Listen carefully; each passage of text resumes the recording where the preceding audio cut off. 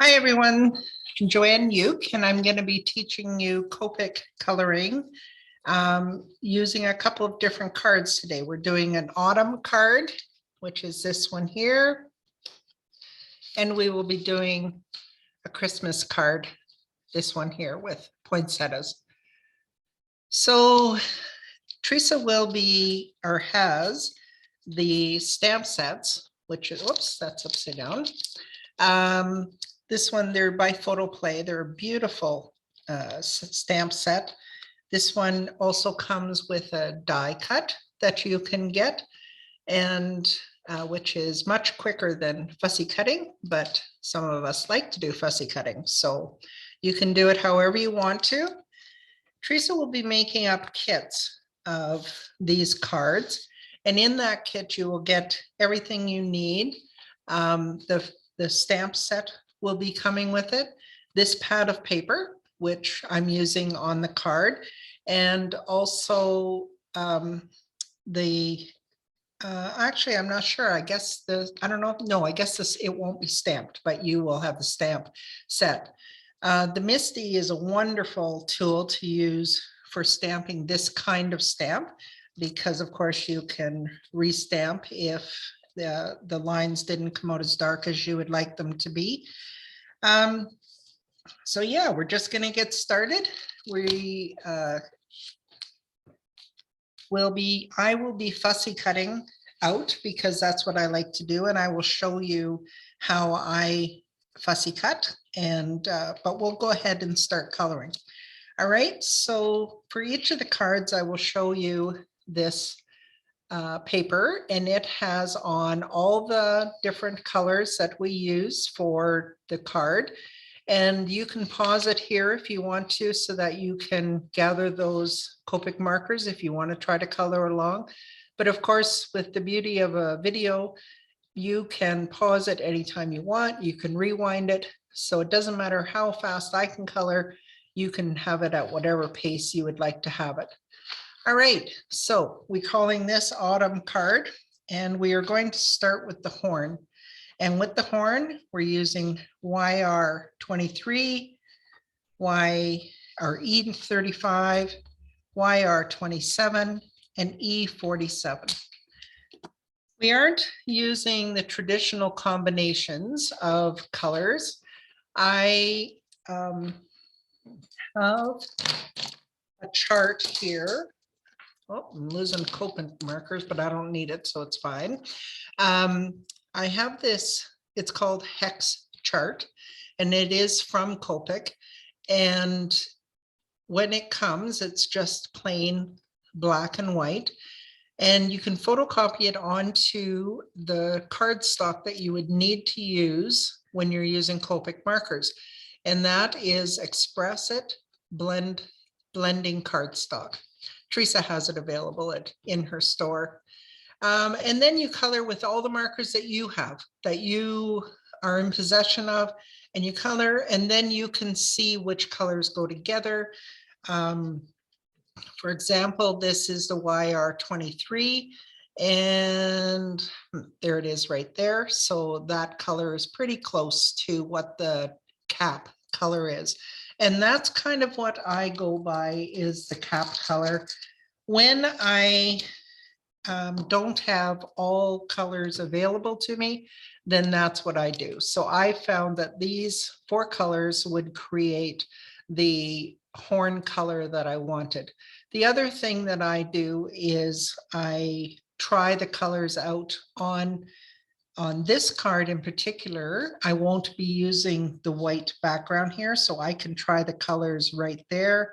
So I try my YR23, see if that's the color that I want as my lightest color and I like it. So I can just do it right on that paper. If I'm doing a card where I'm going to be using this piece in particular, the whole thing, then I would have a scrap piece of the blended cardstock so that I can try colors out. But the nice part about following along with the YouTube is that I've chosen the colors, because that sometimes is the hardest thing to get yourself going, is by choosing the colors. All right, so we're going to be doing the horn first. One of the things with this stamp is that you need to look at the stamp and see where the horn goes, because obviously the horn is here, but it is also, let me see if I can, I'll use my scissors to show. It is also back here. There's a little bit of the horn there. There's a little bit of the horn here. So you want to pick up those parts as well when you're coloring this. So you see those two parts there. You're going to make sure that you color those. There's a little tiny piece of the horn peeking through there and a little piece over here. Okay, you'll see them as I color them. All right, let's get started. So I'm going to use this light color everywhere on the horn, even where I'm going, you won't see this color again, but that way I've found the horn in the stamp and I don't have to go looking for it again. All right, so now I know where it is and I will be coloring it the appropriate color and I don't have to worry about it. All right, so I'm going to, don't forget to take both lids off when using Copics, because if you don't, sometimes a blop will come out, and I don't know the technical term for it, but a blop of ink will come out and it will sometimes ruin hours of work. So you want to do everything possible. So not having the pen over inked and taking both lids off are two things that you can do to prevent blops. All right, let's get started here. So I always start when I'm going to be coloring something in and around other colors that I don't want to cover over with this color. I go in and color those areas first. So there's a leaf there that I have to watch out for. There's berries that I have to watch out for. If you color over it, it isn't going to ruin everything, but it is nicer if you cannot color in over everything. So try hard, look at your stamp, learn your stamp. Years ago, I would say in the early 90s, yeah, about 1990, I started stamping with rubber stamps. And one of the techniques that we did was color right on the stamp using a water-based marker. And you color your different areas. Well, the stamp I remember the most was a barn, and it had all the different animals standing out front of the barn. And when I was learning to color that with the markers right on there, like again, don't use Copics, but you can use a water-based marker, then we were taught that we had to learn the stamp. You had to know your stamp so well because you didn't want to color, let's say, the cow with any of the red from the barn. So you had to very carefully. And then for the rest of that technique, what you did was you colored the stamp, then you huffed on it, put your breath on it, and then it would stamp onto paper and you would have all the different colors right on the stamp transfer to the paper. It's a really cool technique. You can only do one at a time. And so it's a lot of work to get one, but it was really kind of a cool way to do it. So when I'm coloring this Horn of Plenty, you can see that I'm coloring with the different ridges on the horn. And that's because that is the way the horn would be it goes this way. It doesn't go this way. It would go this way around the horn. So now I'm going to take my next color, which is E35, and I'm going to start to create the roundness of the horn. So I know I'm going to at least go this dark with these little spots back in here. So I'll color those. But because I colored them with my light one, excuse me, I don't have to worry about finding them again. So if you can see where those two little spots are, you'll be able to find them on your stamped image. And now again, I'm going to go and do up near all the other colors that I would be hoping to not go over top of with. This is my second video today, so I'm my throat's getting a little weary. Imagine that, me getting where I can't talk anymore. That's almost unheard of. Anyway, so let's just color right in there. I know I'm going right over top of the other color, but the first color, it's the lightest color. So if you make a mistake, it's the easiest one to correct.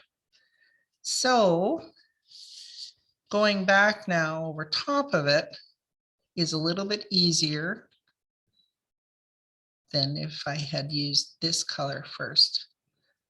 Okay, so now what we're doing is we're starting to create the shape of the horn with this color. We want to leave this ridge here a lighter color. I know this is upside down for you. Let me do it this way. That's how I color, so that's why it was upside down. I want to leave this area here the lightest. See how on the card it's the lightest area? I want to try to keep that only this lighter color. What happens when we start shading is that, oh, we just go a little bit farther and a little bit farther. So if you challenge yourself to not go as far as you think you would with this color, you'll be better off than trying to pull it back. So again, we're going with the curve of the horn. Okay, now we're in more wide open spaces, so we can go a little quicker. Okay, so we're gonna start pulling it up. As you get closer to the end, when things are farther away, they appear darker, whether they are or not. They just appear darker.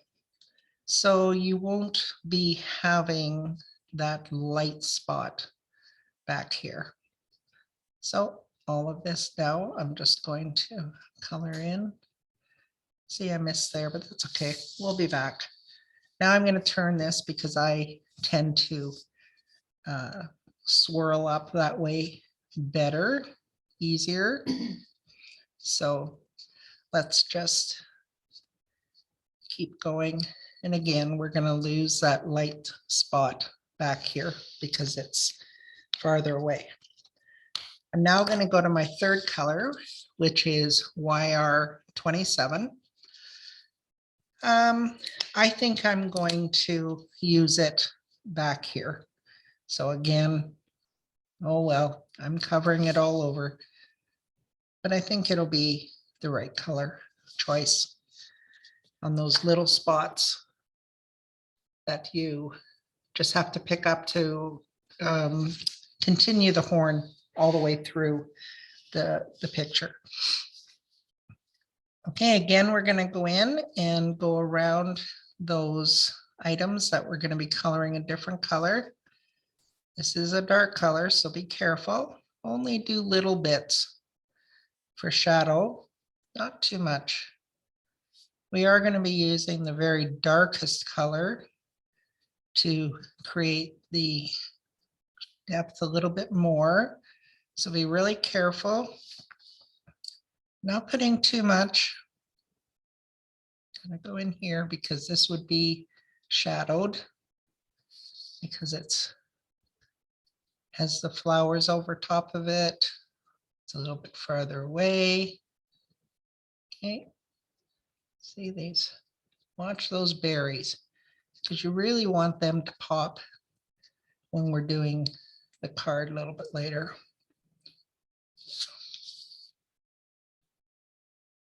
In my sample, I think it was on this one. Oh, maybe not, maybe on a different one. I went right over top. See, I just went on the berry there, but it'll be okay because this isn't the darkest color. Okay, let's pull that down. So you could be doing this down like this or up like this. So I could have it around the right way and it would still work okay for me. Everybody's going to have their own way of coloring. Make sure you turn the picture to the way that you want to do it. That feels the best. So again, this is going to be a little bit darker back here because it's farther away. I still like to do it in the strokes if I can. Whoops, I went off, but I'm going to be fussy cutting this. With the dies, the die cuts, there is a little bit of white left around it. So you would want to be extra careful. That's another reason that I like to fussy cut rather than die cut, because I can go over the lines and it's not too bad. Okay. So we've done the third. If you have been in, now I'm going to the fourth color, E47. Now, if you've been in other classes of mine, you will know that we routinely would be going from 1 to 2, back to 1 to 3, back to 2, back to 1. So this is just a different way of doing it. Part of the reason I'm doing it this way is for speed. The other reason is because these are such small areas that there just isn't a need to blend as well. Using this darkest color just to create that little bit more of a shadow. This darkest color I'm going to mostly use on the ridges, just trying to create a little bit more depth, a little bit along the bottom, up to where, as far as you think you'd like to go. And it's very distinctive at this time because I haven't blended yet.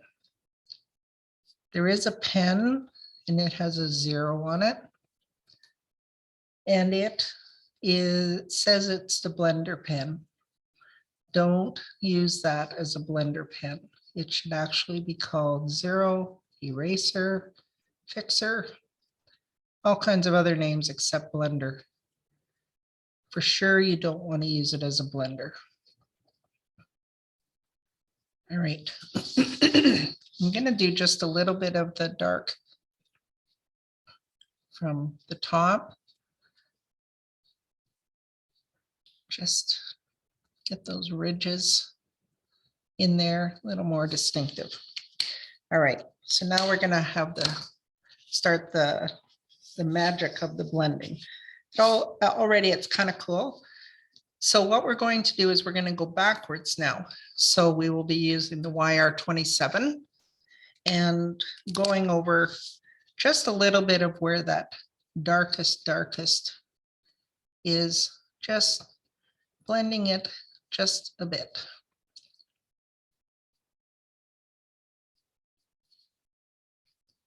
Blending it in so it's not so harsh. Shaking a little bit here. There we go. Okay, so you can see that it's just blending in really nice. You want to make sure that you're getting all the white now, because this will be the last time we're going over with that color. We will be going with the other two colors still. So we're creating some of that depth by blending in the darkest color with the third color. We'll go to the second color now, which is E35.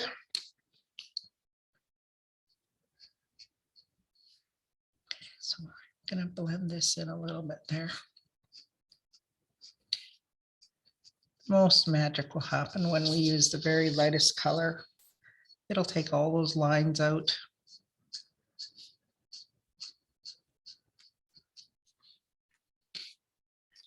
And then the very lightest color, which on this one is YR23. And we've already done all the blending around here with those other colors. So now we're just smoothing out that center. There, just melts all the lines together. So there's the horn, and it kind of has the shape that it's a little bit round. This is obviously farther away because it's darker. All right, so let's put those markers aside. And now we're going to start with the next part on our list. And I'm just going to go in order that I have it on the list here. So I'm going to do the acorns next. So you have to find those acorns, and there's 3 of them. So you need to find those and gather your markers, which are E11, E17, and E37. All right, so we're going to start. You can see the combination that I have there.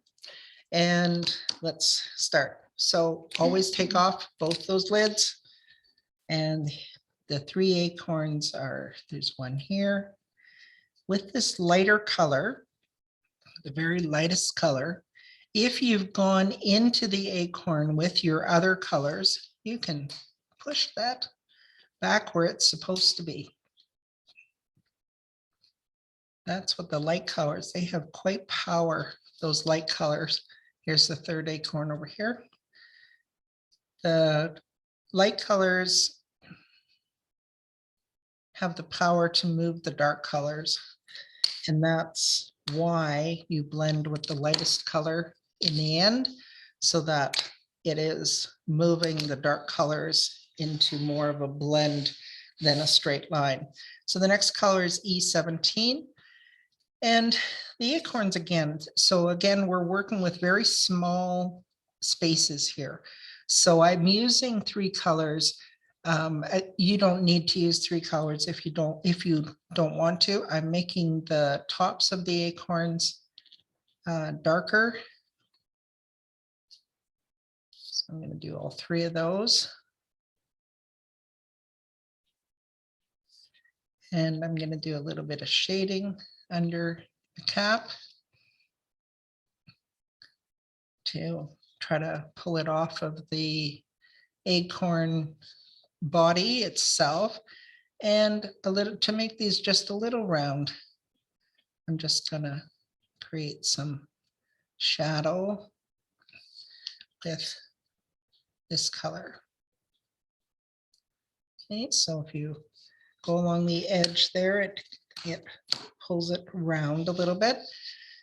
With very, very little, use your E37. And I'm going to put it just under the cap of the acorn, under the cap, and ever so little along the edges. If you can get just a little bit, you may not even be able to pick up from this that there is a little bit of a change, a little bit of a difference. Makes me happy to create that depth. I'll go back to my second color, which is E17. Now don't forget, we want to leave that light spot. So we're just going to blend that in just a little bit, just a little bit. Okay.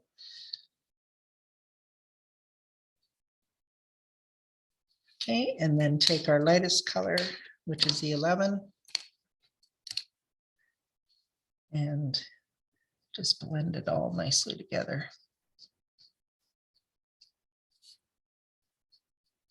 There we go. Okay, so the acorns are done.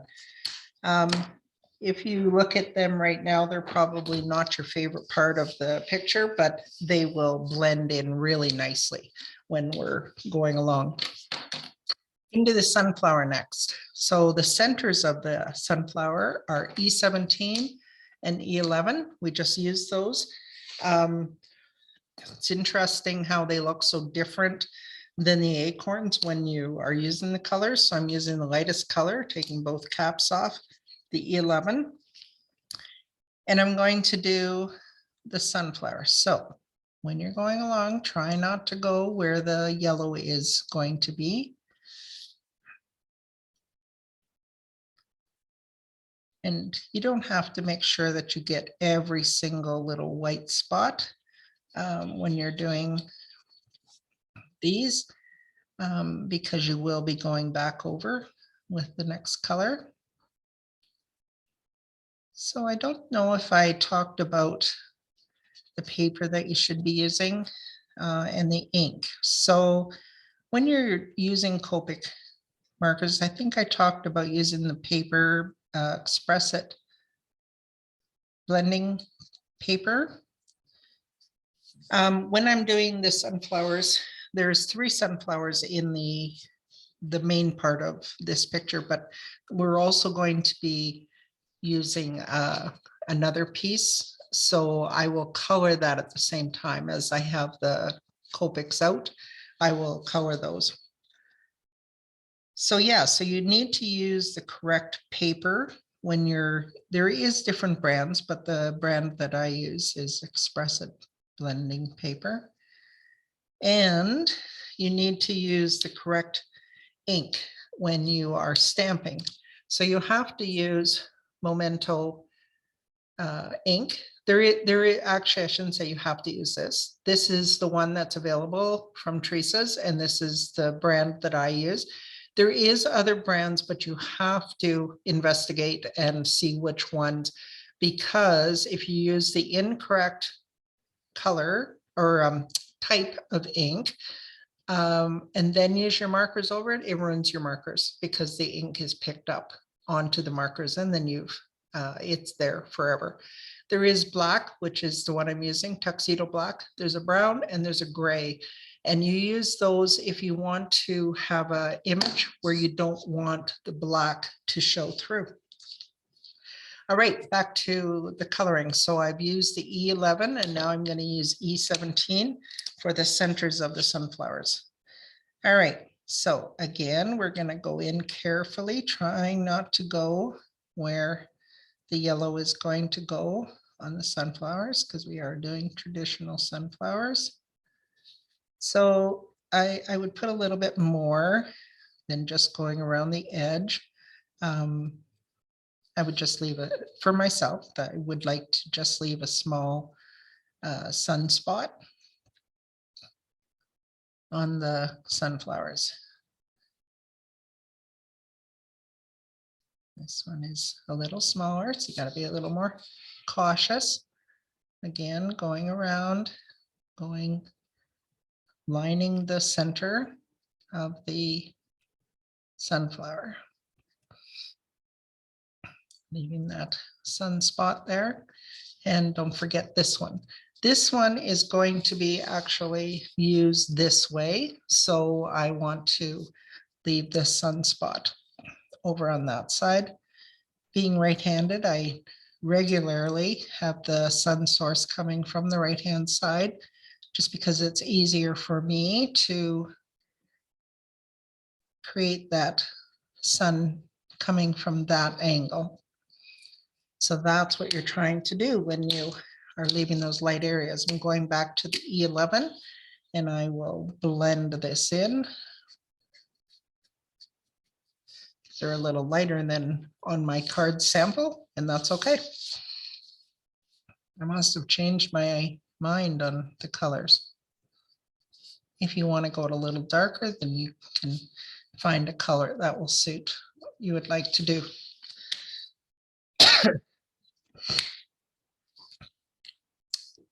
All right, so that's the centers. Now I'm going to do the petals. So I'm using Y15, Y19, and Y38. And I have those here. And as you can see, they are going together.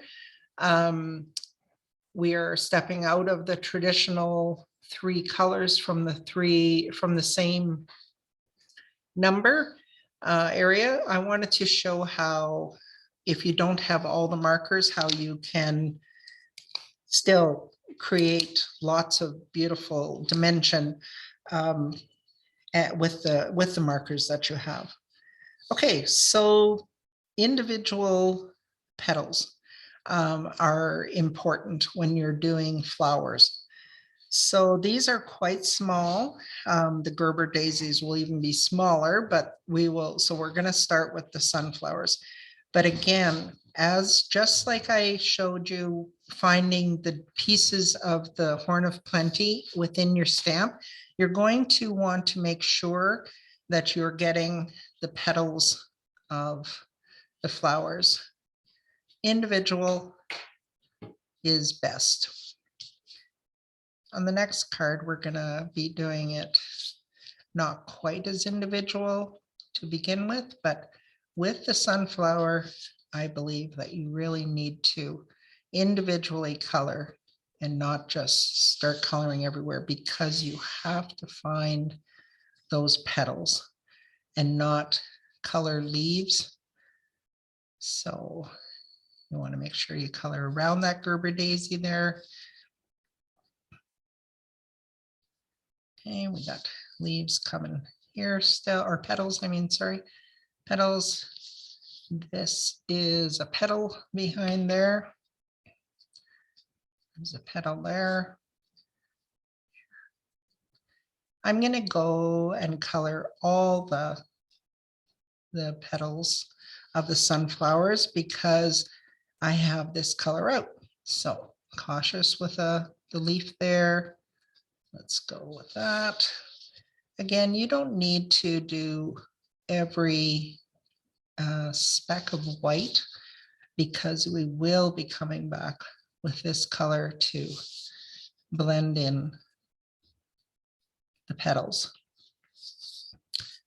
Petals do appear darker in the center of the flower, so I like to start the petal coloring from the center and pulling out,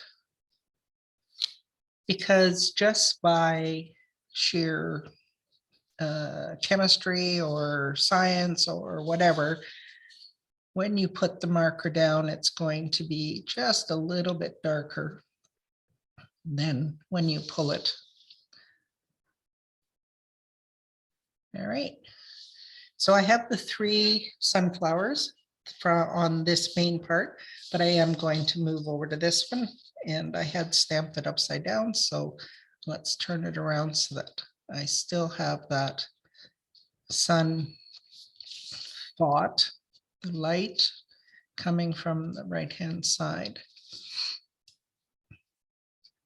It's not going to make too much difference with this part of the yellow, but it will with the next one.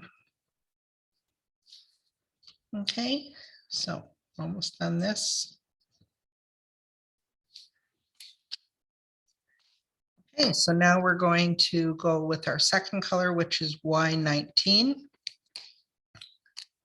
And this is where you'll start, again, creating the depth. This petal, so let's go to this one here. This petal is in front of this petal. So it's going to be like that, but you have to get that shadow in with this second color, because that is behind that one. This one is behind that one. This one's on top, so it doesn't need as much of this color. This one's behind, this one's on top, this one's behind, This one's on top, behind, on top, but it is behind on this side. This one is on top, this one's behind, on top, behind, and way behind. And this. Okay, so we're going to continue that with all of these.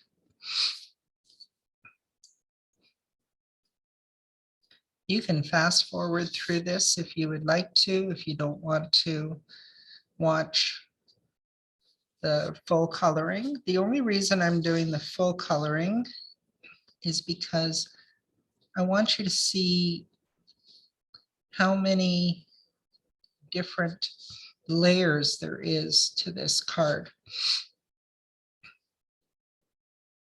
It's behind. This one's way behind, so it's just going to be darker all the way. This is behind. This one's dark almost the whole way. This one's behind farther. This one's on top. On top, on top. Okay, and this one up here, this is behind. This is behind the Gerber Daisy, so it's going to be darker. This one's behind, this one's on top. If you need to look at your stamp, not the stamped image, but the stamp itself, sometimes that helps focus on where things are behind.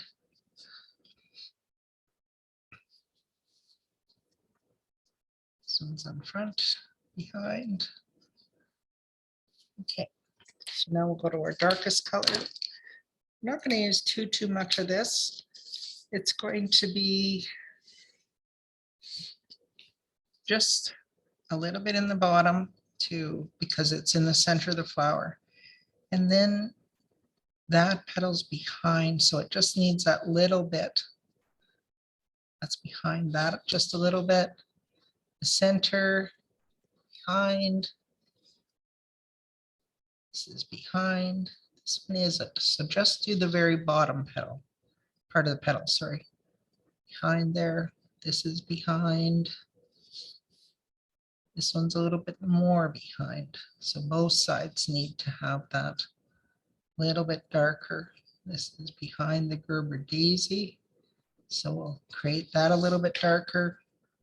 That's way back there.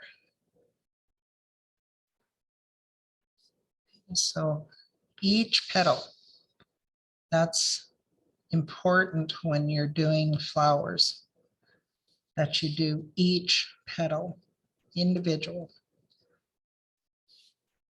Because when you look at a real flower, there you see each petal. So you would need to do that with this as well, to make it as realistic as possible.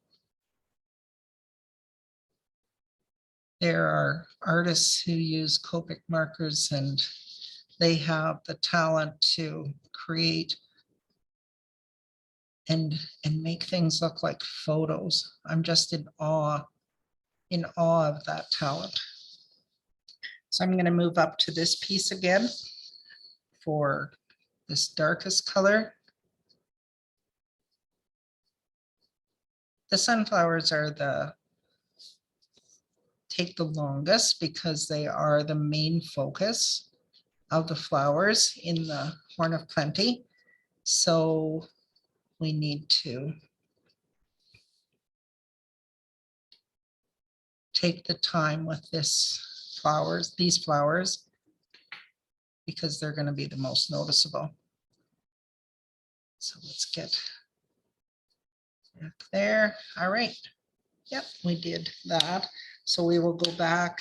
I'm just going to skip back to the very first color because these are so little, these pieces, that it will almost be indistinguishable using the other colors. So back to the lightest color, which is Y15, and we're going to do each petal covering any little white spots, blending in.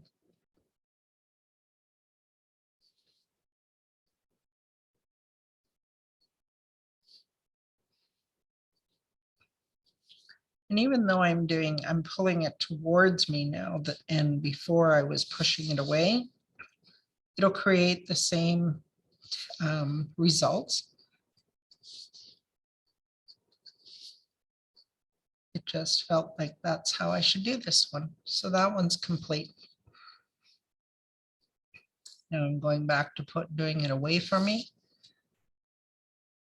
Doesn't matter which way you do it, just as long as you are going from the center out.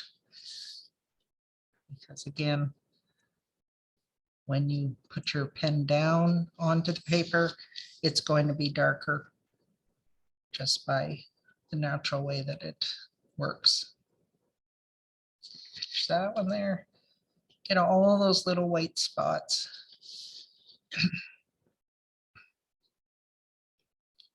All right. Those sunflowers in that horn of plenty are done. Now we're just doing this little part up here.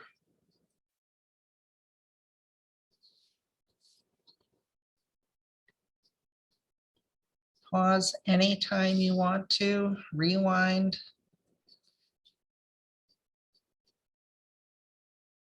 This is your coloring time.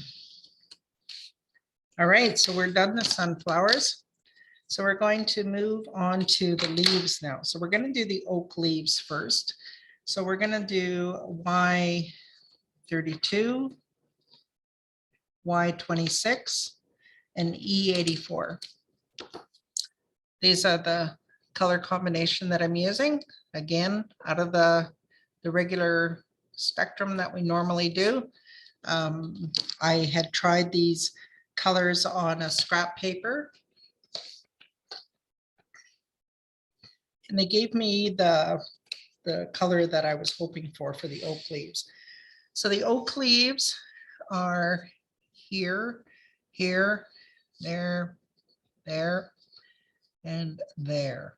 Okay, so the oak leaves are the rounded long ones. So let's start with these. Again, being very cautious that you don't color onto something else, like the flowers or the berries, other leaves. I see that I've covered over some leaves with the brown from the horn of plenty. So we'll see how that works out. This one, make sure you don't go over that leaf there. Okay, there's 3 oak leaves over on this side here behind the Gerber daisy. My favorite part of this whole thing is doing the berries in the end because they just pop so nice. Okay, so that's the first color for the oak leaves. Now I'll go to my second color, which is Y26. It's supposed to be a yellow, and it is. It's a brown yellow. So when you're doing the oak leaves, you are wanting to leave some on the edge of the brightest color, okay? Just to create depth, combination of colors.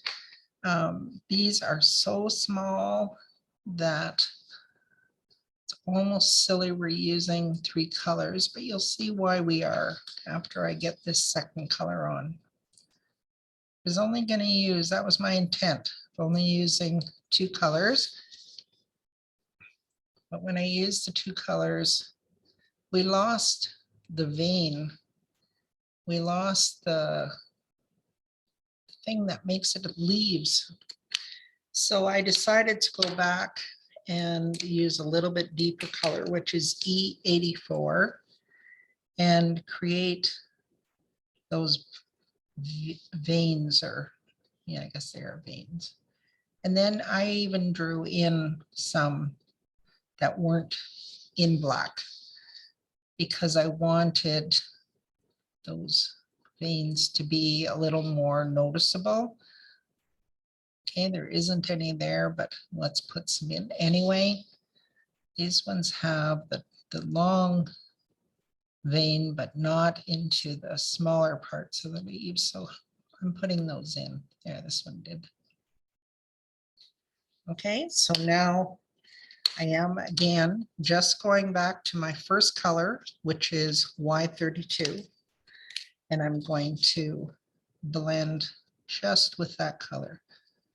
I'm not going to do it really hard because I want the veins to stay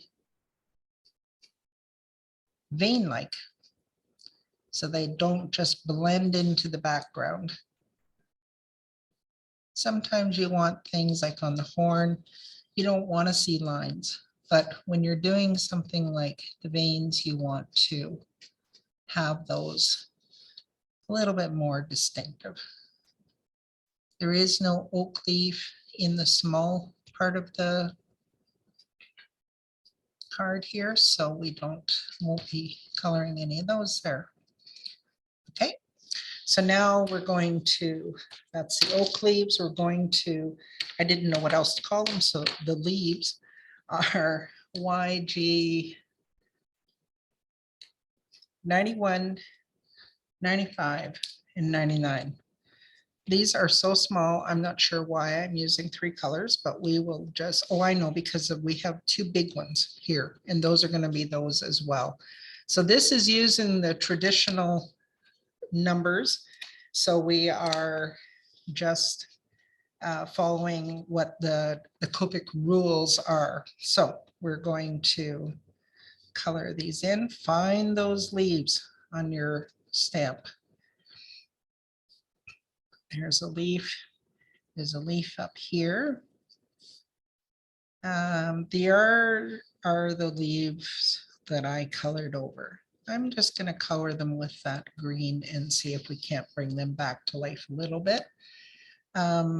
This big leaf, again, don't go in circles with these because you want that, and there's a leaf under there.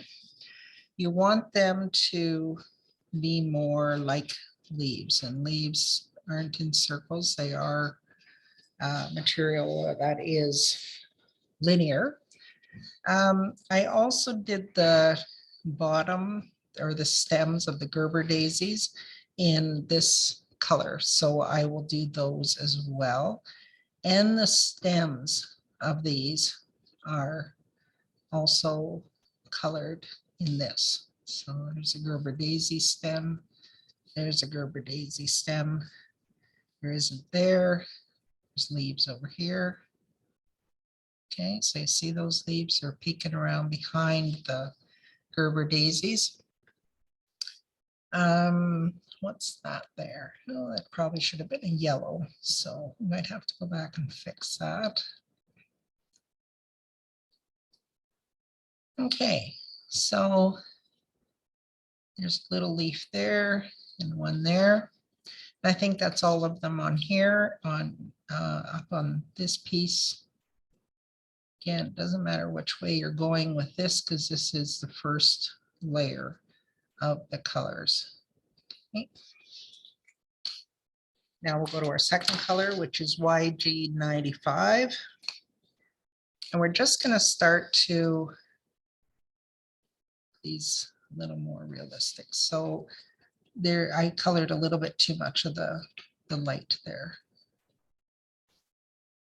Gonna do this one all darker because it's back there a little bit, and this one. Okay, there's these ones here, but I don't want to make them too dark because I had colored them over. I am going to make the Gerber daisy stem a little darker. This one a little darker.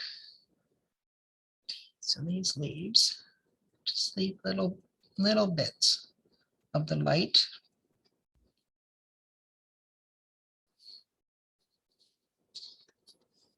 These little ones here first. And the Gerber Daisy. And this leaf. These leaves. Just from the bottom on those ones. Okay, so now we're going to go to these bigger ones. We just know that they're behind the sunflower. So you bring that up a little bit. Leave a little bit of the light. These are behind there. That's behind a lot of things. So we'll just color that in darker. Here, we'll just pull it into it just a little bit.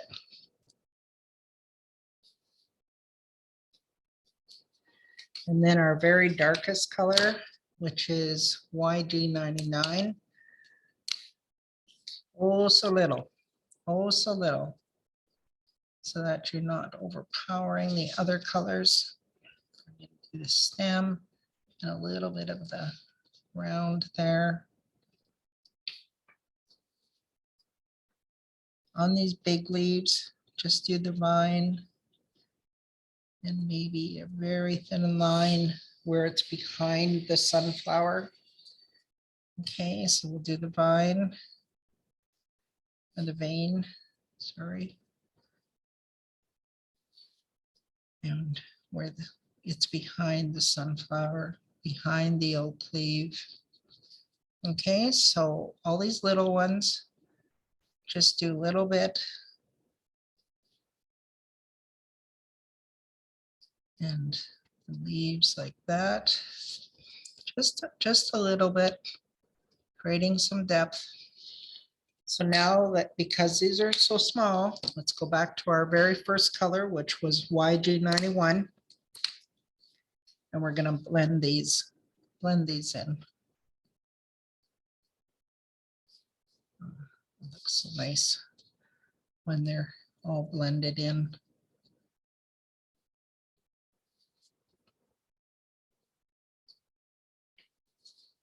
These little tiny details just make the card become a little work of art that you can proudly pass on to somebody as a gift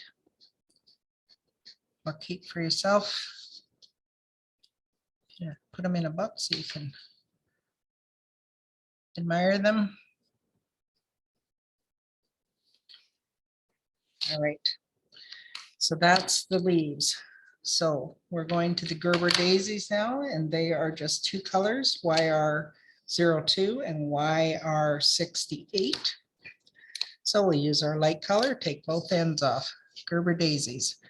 We are coloring the petals. And again, it's kind of like we're coloring them separately. Just do little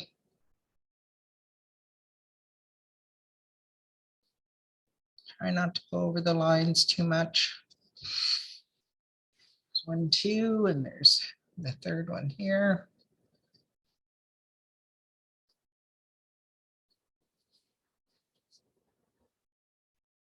Four, 5. Don't worry about covering all the white. You'll be coming back. 6 and 7. Gerber Daisies in the Horn of Plenty. And 1 up here.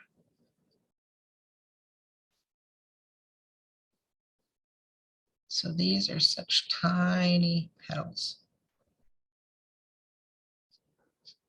Okay, we'll come in with the second color, which is YR68.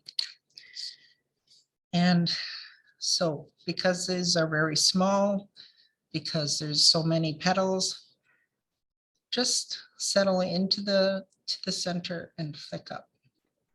That's all. Try to do different lengths so that they're not all the same. I flick up the best.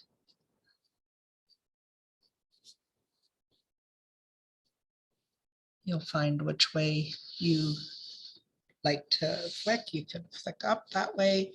See how it's darker down here? You can flick down.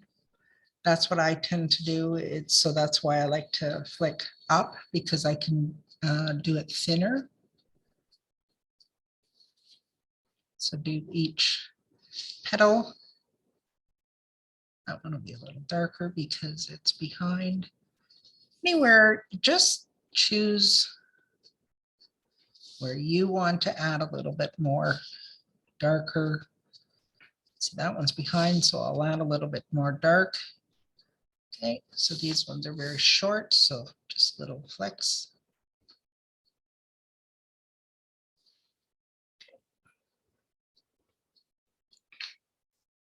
And all of these are done the same.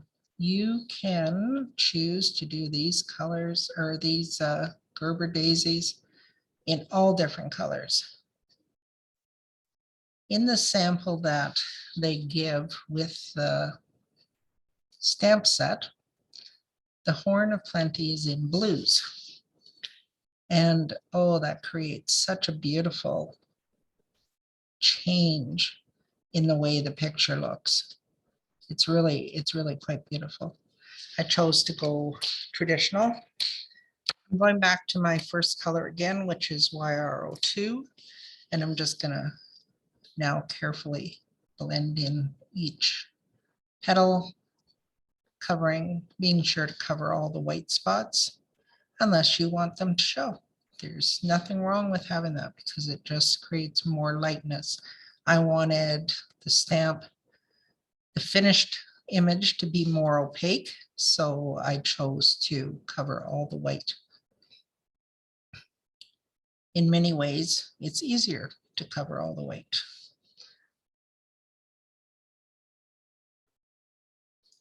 The one where you're seeing the back of the Gerber Daisy, like this one here, it could be much darker if you wanted to do that. You could use a darker orange to create that illusion, because that's all you're doing here with these copics, is creating illusions that you're having a 3D product when you're done on a plain flat surface. Okay, it's Gerber Daisies. Okay, so now we're going to do the berries and the maple leaf. And I'm using R08 and E19. Oh, I didn't do the centers of the Gerber Daisies. I'm going to do those first, sorry. Y15 and Y19. Sorry about that. I will do those quick. So just yellow, the Y, I've got the wrong one here. So I'll continue and do it all wrong. So I picked up the wrong one first, so it's going to be a little darker than I had intended. So now I'm going to choose a color that's a little bit darker to fix my mistake. So I was going to use Y15 and Y19, which I would encourage you to use, but I picked up my Y19 first and used it. So now I'm taking Y38 to try to fix that, and it works. It's okay to, I mean, it would have been better if I hadn't chosen the wrong color, but I did. So that's how I'll try to fix that. I'm going to go over it with the Y15 and use that as my blender so that I'm not making it more dark by using the medium color. There we go. All's good. Okay, so let's go to the R08 and we're going to color the maple leaf, the whole thing. Reds are an interesting beast in the land of copics. They are They say they're the hardest to color with. I find the purples, the violets, the hardest.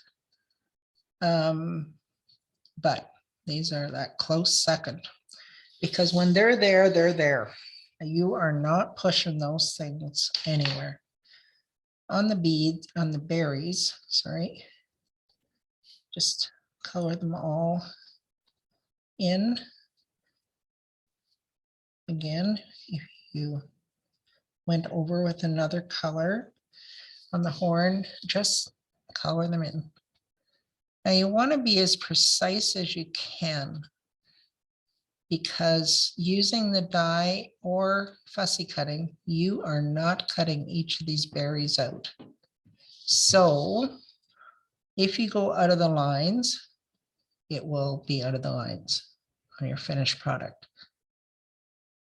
It doesn't say it's done and gross and ruined. It isn't. Use E19 as our next color.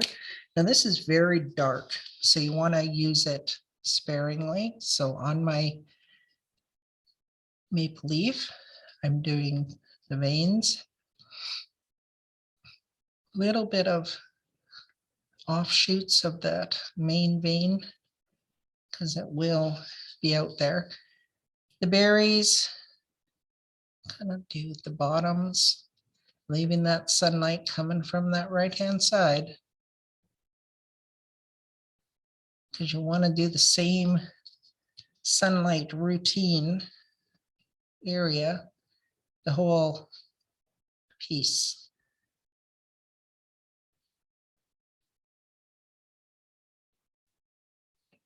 Don't use too much of this dark color, especially in that Horn of Plenty area there, because it's already quite dark. I stamp this upside down, so I have to turn that, so I make sure that I get those berries going the right way. Now, as small as these are, it still makes a difference if you come back with that R8. First of all, I want to cover the whites. And it does blend nicely. But as you see, I'm going over the lines just that little bit, because that red, it is, they bleed. So be very cautious.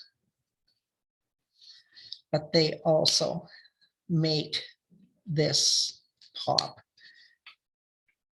I'll do that maple leaf. Let's blend it in just that little bit.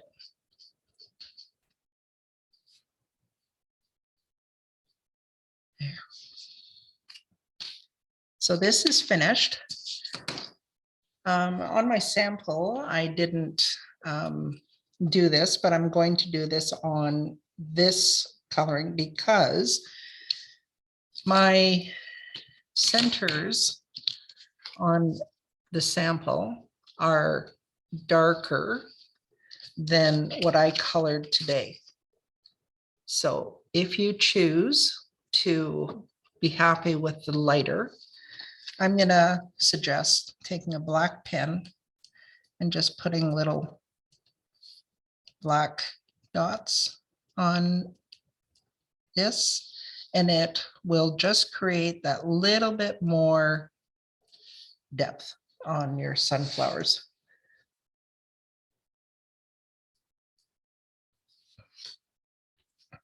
All right, so now you would cut out using the die cut, or you would fussy cut. And so I am going to fussy cut this piece here and show you the technique that I learned from someone. So you want to leave this piece, or do this piece first, because it is the hardest to cut, and you want to be able to have this whole piece to hang on to. Okay, so let's get going. So you hold the scissors still. Oops, sorry. You hold the scissors still, and then you turn your paper. And that is the easiest way to go around things. I'm leaving a little bit of white around it because it's way too hard to cut all these little pieces out. So I'll tell you where I learned this technique. If you watched my snowman YouTube, then you will have already heard this story.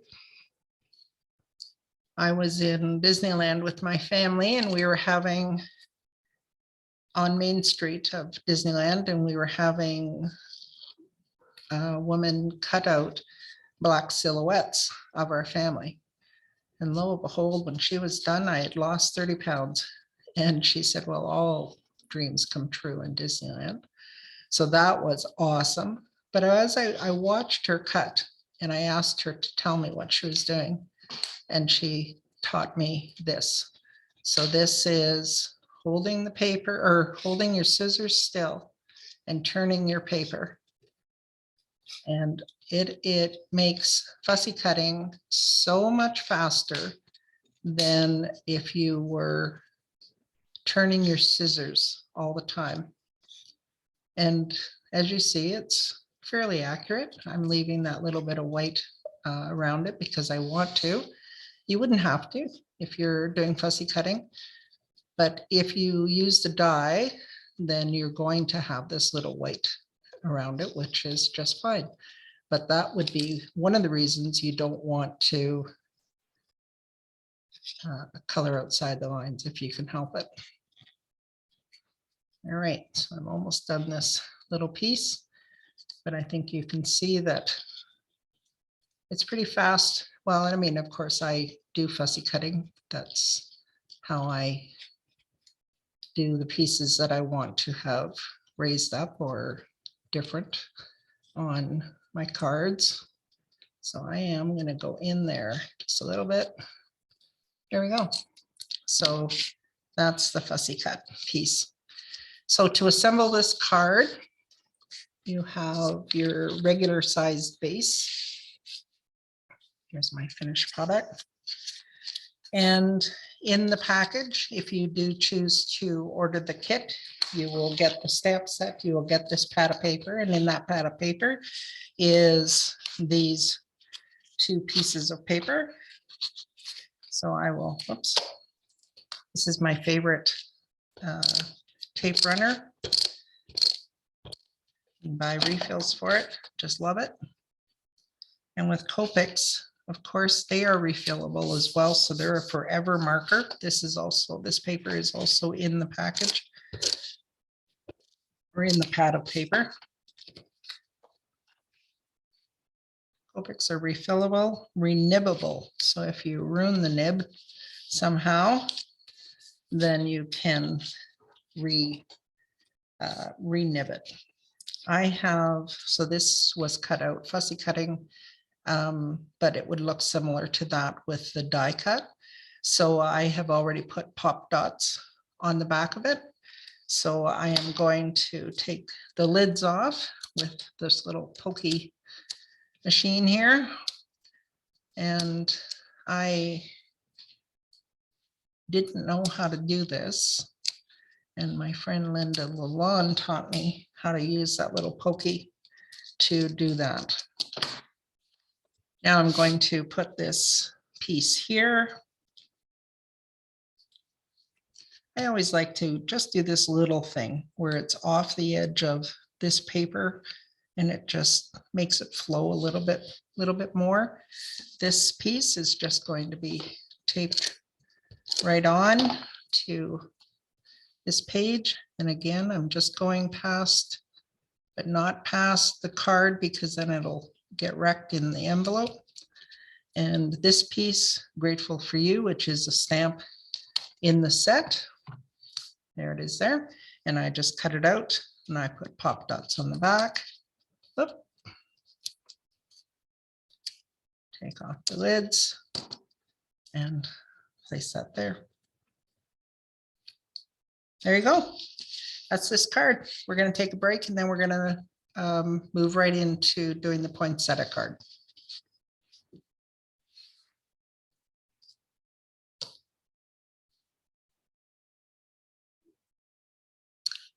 All right, so now we are going to do the poinsettia card. Sorry, I will show you the card first. So this is the poinsettia card. It is made with this stamp set from Photoplay. Teresa has them at the store, but if you choose to buy a kit, it will include the stamp set and the stamp or the pad of paper that we're using in this card. Also available to purchase separately is the die cuts that you can use, so you don't have to do fussy cutting, because this card does require that. There's the die cuts, or you can fussy cut, whichever you prefer. But this is the stamp set, and it's a beauty. It's got the grouping of the poinsettias, a single poinsettia, separate ivy leaves, and there's a candle, and then beautiful sayings.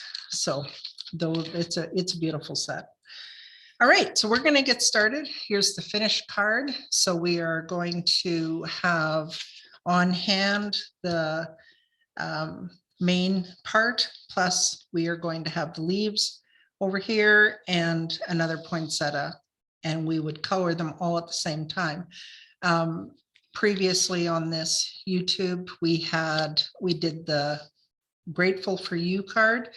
And so I was coloring two parts, and so I colored the whole thing. And I won't do that with this because you saw me doing that in that part of the video. All right, let's get started. So we have, again, all the colors, all the sizes for the card right here. And so in the poinsettia, all of the markers that I'm using today are available for sale at Teresa's store, except for the colors for the poinsettia, which are R24, R29, R89. You may be able to find those.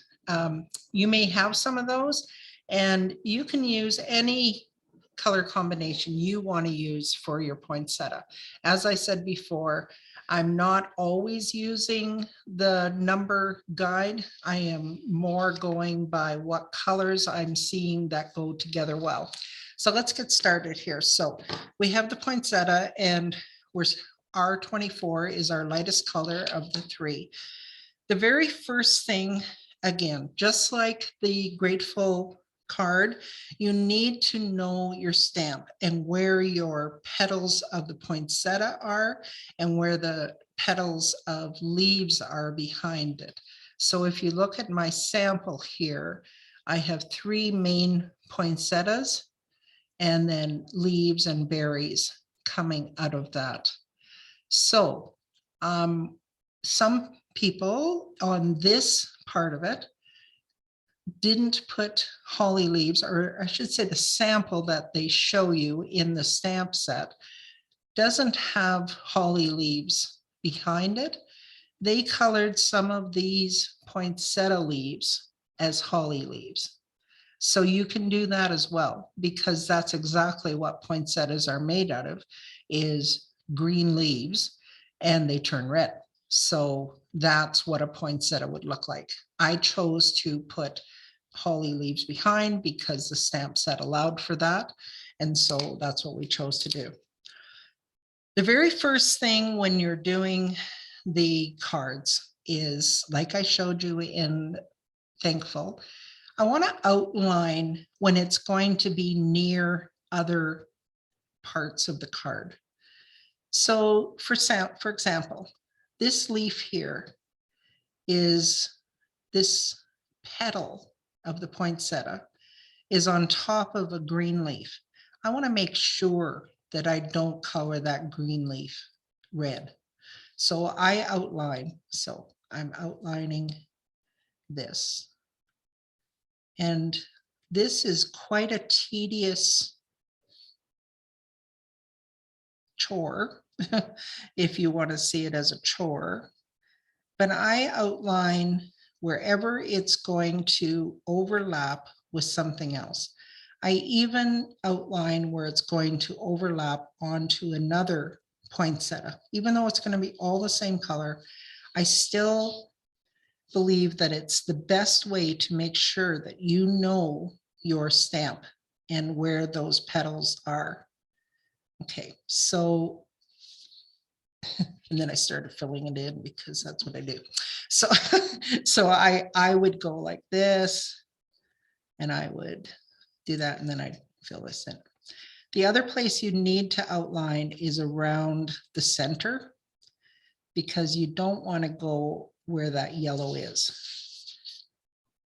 And so you want to outline around that center. In doing this outlining, it's going to help you fill this in really fast, right? Okay, so I have done the outlining because that's, like I said, a tedious job. So I have gone ahead and done a sample where I have outlined. Now I see I lied and I didn't outline where it went over top of, but I would invite you to do that because it's easier then to see where the poinsettias are. That is a poinsettia back in there too. So you can just color them in. Okay, so that's what we're going to do. I went around the centers, and so now I'm just going to fill this in.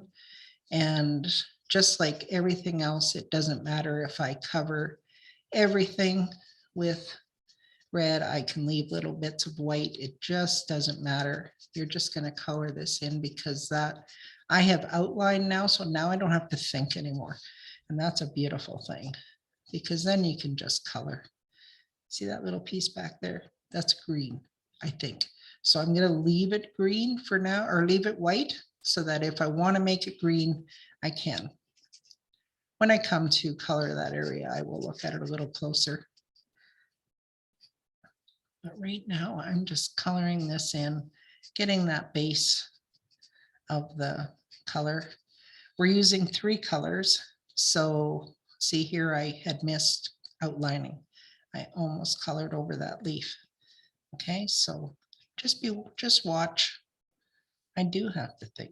Oh, darn. All right. There's 2 different kinds of leaves on this image. So we'll be coloring them different colors just to show the difference. Okay, so there's your poinsettias, the beginning of them. And also I would be coloring my other piece along with it. So while I'm using this marker, I might as well be filling that in, but I'm not going to do that for this purpose because we don't need to. So the second color is R29. Another thing that I haven't shown in any of the videos yet is on the sketch markers, which is the ones I use, there is this cap that has no color on it. This cap has a gray line. That's the sketch marker end. So you're not wondering before you open it which end is going to be the sketch marker. Always take off those 2 lids. All right, so now this is our second color. These veins are all made with the darkest color, but I want to give a base for that color to lay on top of. So I am going to start, and this is where you need to see where petals are behind each other. So these are much larger petals than the petals that we were doing of the Gerber Daisies or the sunflowers. So we can see which ones are behind. If they're way behind, they would all be with this color. Then these ones in front, from the center, they're going to be a little darker. This one back there, it'll be all colored in. I'm doing each flower separate because I need to do that to keep track of where I've colored, what I'm coloring. Yeah, that's behind that one. This is behind that one. So we gotta shade that in. This one is behind everybody. So it's gonna be quite dark. This one's on top. Don't make it too dark. Keep it the lighter color. This one's behind those ones. Okay, so that poinsettia is done. Let's move to this one. Do this one on top. Instead of showing this in stages and just moving on, I really want you to take your time with looking at the poinsettia, seeing each petal as separate, and seeing how you've got to look and see where those petals are. That one's way behind back there. This one is way behind, so we want to color it darker. This one's on top, so it's going to be lighter. This one is bigger. Bigger is usually darker. So let's make that one a little bit darker. This one's smaller and forward a little bit, but it's still behind these leaves. Okay, see this big guy back here?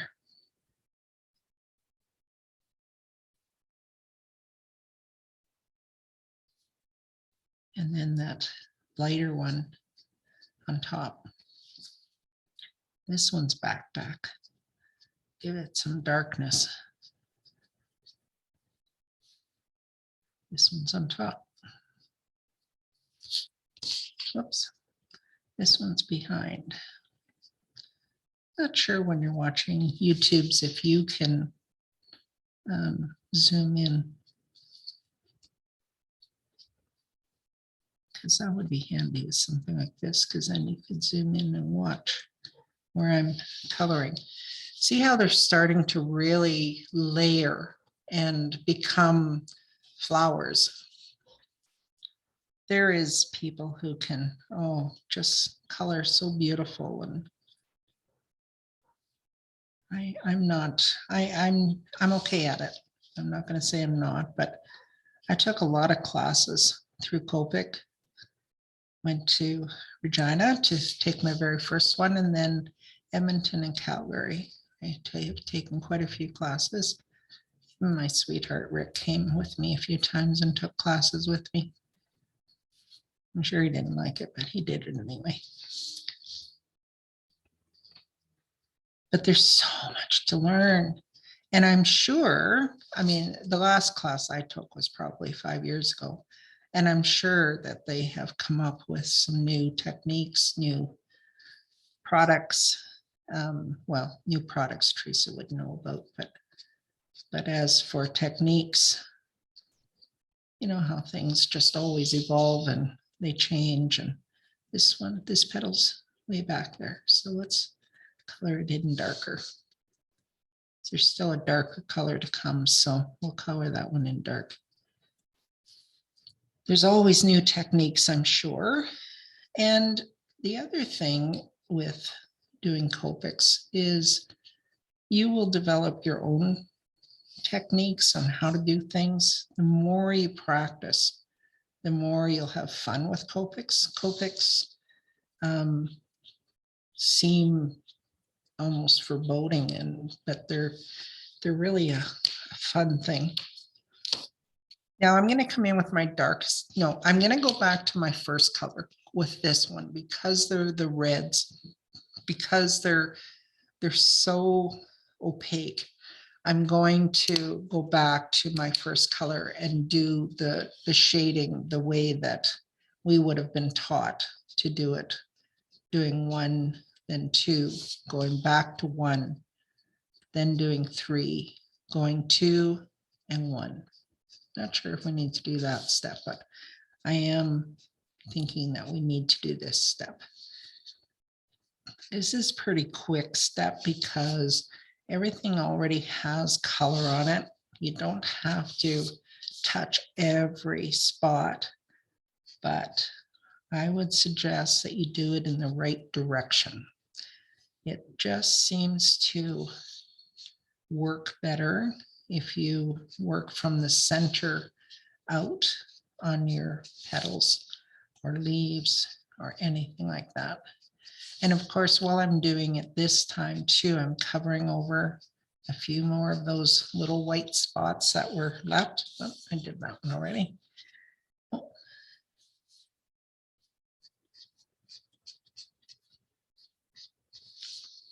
And as you watch me do this, I may be making mistakes and you can call me on them. That's no problem. I continue to make mistakes with Copics and still enjoy them. And I think I get better every time I do something. I have some pieces that I'm working on and I've been working on them for weeks because they just take a long time, lots of little detail. R89, the deepest color, very sparingly. Use it along the vine and possibly a little in the very center. Along the vine of this one, the veins, sheesh. But also this leaf, this petal is behind that one. So give that little bit of depth. The vine behind. See how it's a little bit behind there? Okay, so this one's not behind, so we're just doing the vine. This one is back. It's got all kinds of spots where it's behind other leaves. So bring those all in there. The vine. Only the vine. This one could use lots of dark. Try to leave some light.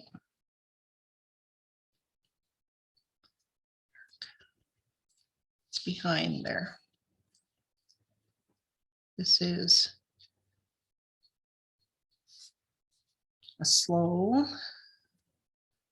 really important color because this is really creating what poinsettias look like.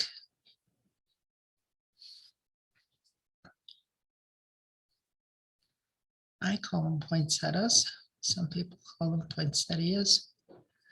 I think the older generation, maybe. I don't know. Maybe I'm wrong. Been wrong many times. Okay, so we're just continuing with the R89. 59 would work well with as this one as well, the R59. There's behind. Almost done these poinsettias. And they're, of course, the focus of the image. So you want them to stand out. So you want to take some time with them. A little bit of dark there. This vein here, it's behind. This is behind. This vein. It's the top one, so it doesn't need to have anything edging done on it. Okay, so then this one here.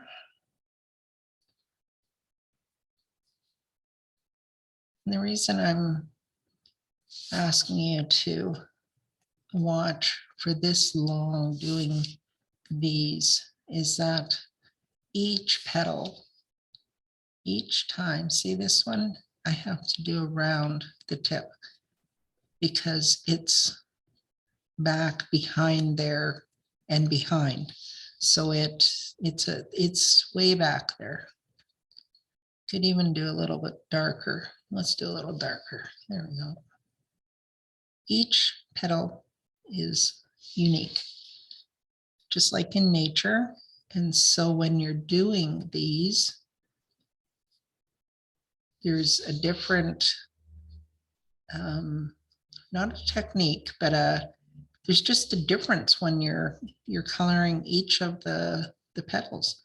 And I guess that's what I thought that you may want to see, is that each one, you don't just take one technique and say, okay, that's exactly how I'm going to do each of them.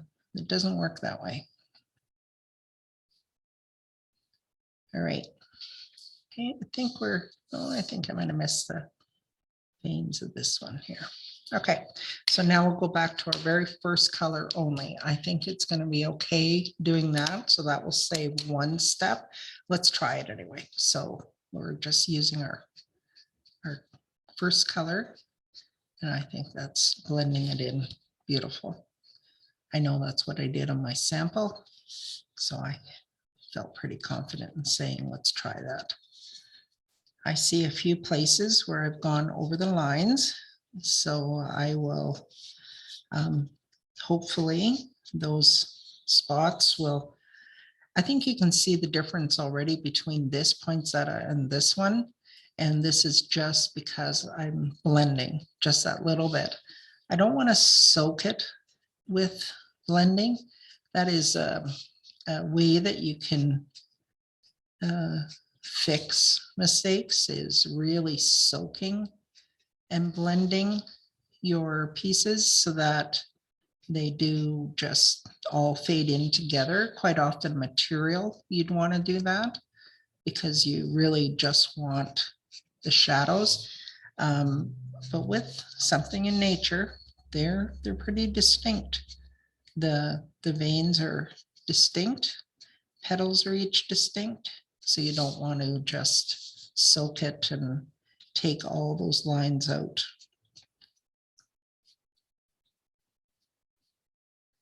I'm so surprised I continue to find things to talk about with Copics. They're an amazing pen. There is other pens on the market that are similar, but I don't know if they would have the quality. Copics have been around for so long, since don't want to lie, but I'm sure the 80s. So they have history behind them. Your poinsettia flowers are done. So now you can move on to the centers of the flowers. Let me see, where's the centers? Y32 and Y38. Okay, so these two colors, now they are following the number guidelines for typical Copic coloring. So you may rest easy with those maybe.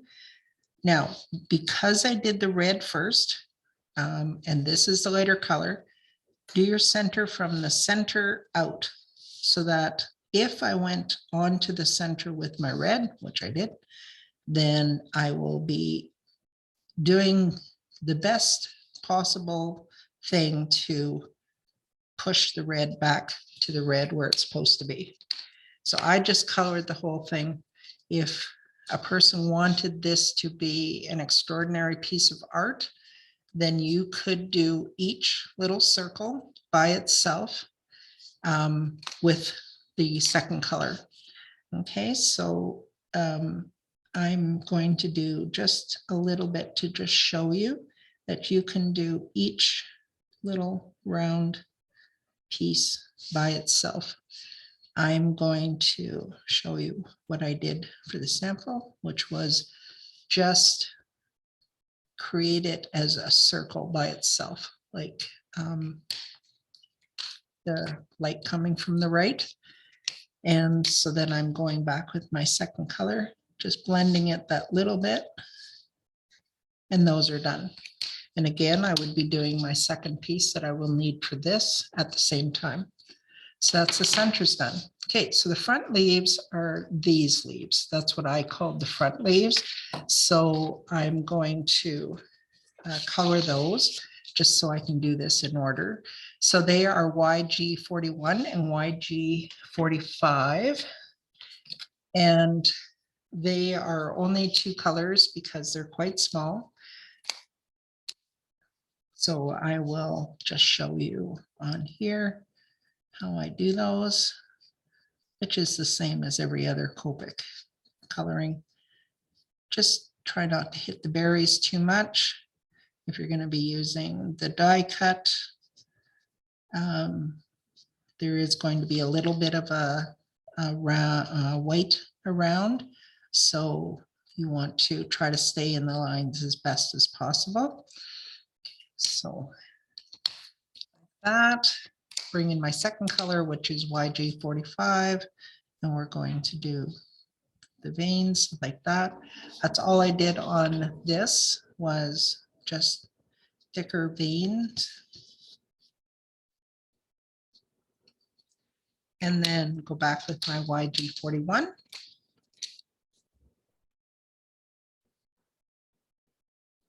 And blend those in. I almost said smear those in. That would be a non-copic term.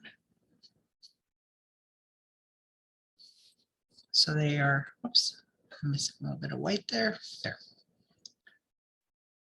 You can do these whatever color. If you want them to be the same color as the ones on the poinsettia, then just use those colors. I chose to have them a little brighter so that they pop a little bit off on the sample. And so that's those leaves. I'm gonna leave the berries until I do the berries on the large one. So those are the front leaves. The back leaves are G40, 43, and 24. So that is the pointy leaves is what I'm doing, because I colored the round leaves a different color. So I'm going to start with the G40 and just color those in, find them. They're a little hidden once in a while. So, because there's one down here, but you want to catch that one.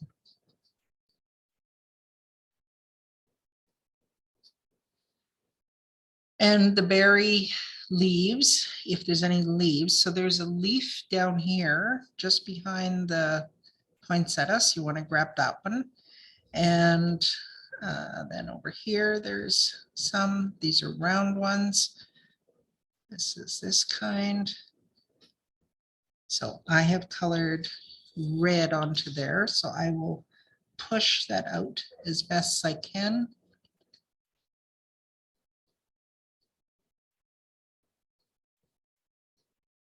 Those darn reds.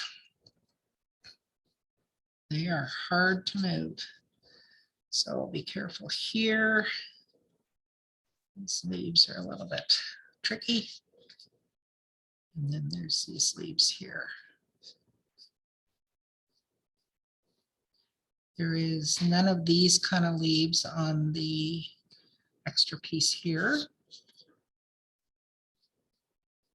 This one is quite nice too, this image. If you do just leave it on white, it's quite nice as well. The sample that is in the stamp set shows that that's left there. So I'm going to use my second color, which is G43, and I'm gonna fill in quite a bit of on both sides, leaving just a little bit of light color near the tips. This one's quite far back, so I won't worry too much about leaving too much there.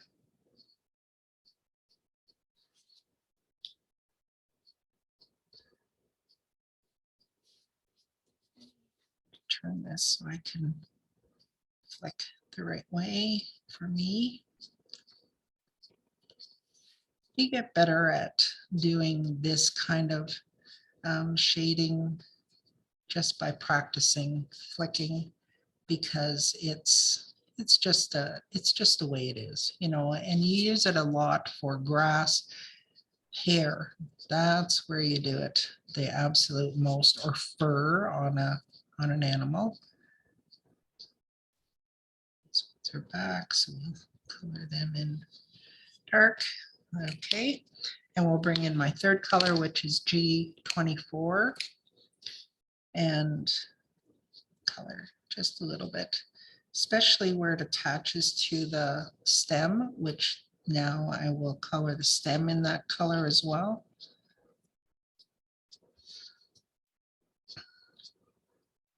Okay, this one's behind there, so you want to color it in a little bit darker.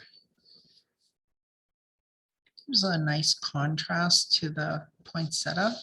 Don't forget the stem. And we are going to be going back and blending with the first color.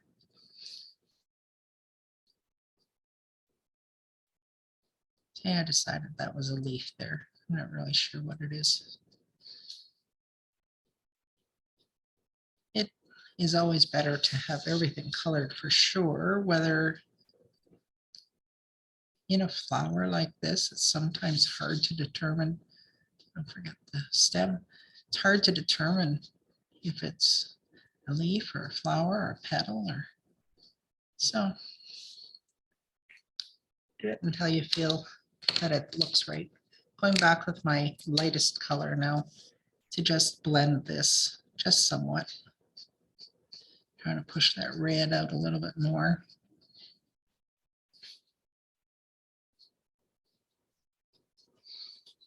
Okay.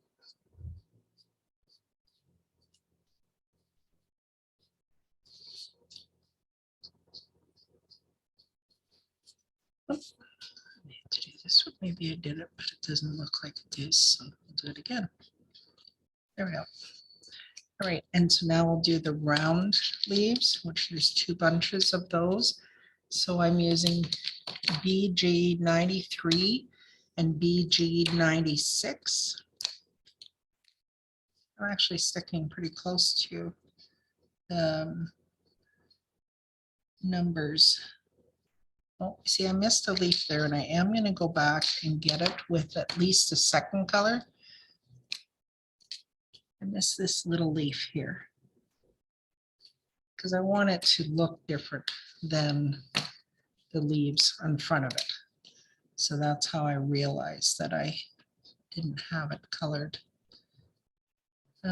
Yeah, on this particular image, I am using closer to the number system for the copics.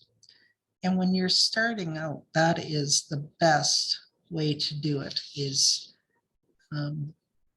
if you haven't taken a class of mine, then look it up online, see what I'm talking about using the same numbers. I'm using BG96 right now, and I'm just going to do the veins and a little bit of shading behind there because these are quite small, so I don't want to overpower them with too much shading. There's all kinds of sources of learning how to color with copics, but I am always available for any questions you have. I don't mind at all helping out. So most of you know my number, and if you don't, then just give Teresa a call. Corinne says that she'll get it to you somehow.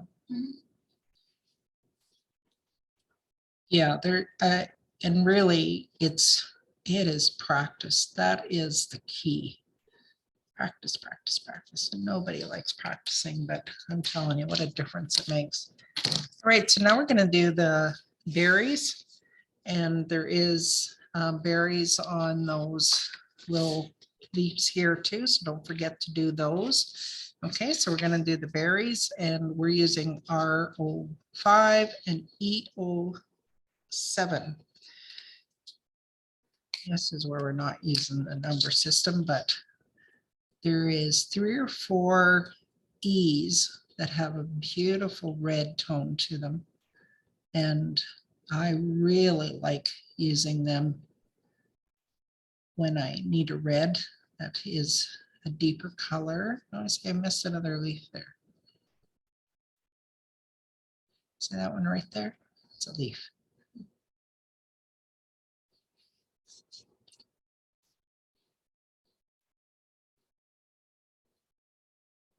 We are getting so close to being done this one. This is a time-consuming one.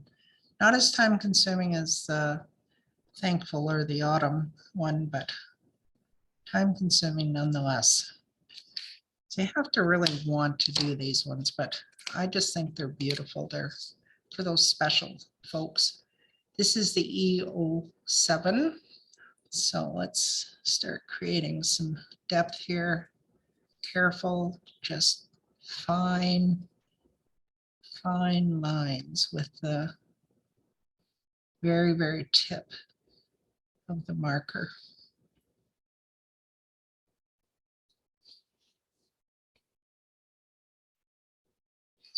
There, a little darker because they're back in there, so I'm not leaving too much in the lighter color, trying to leave just a little bit so that you're creating that depth.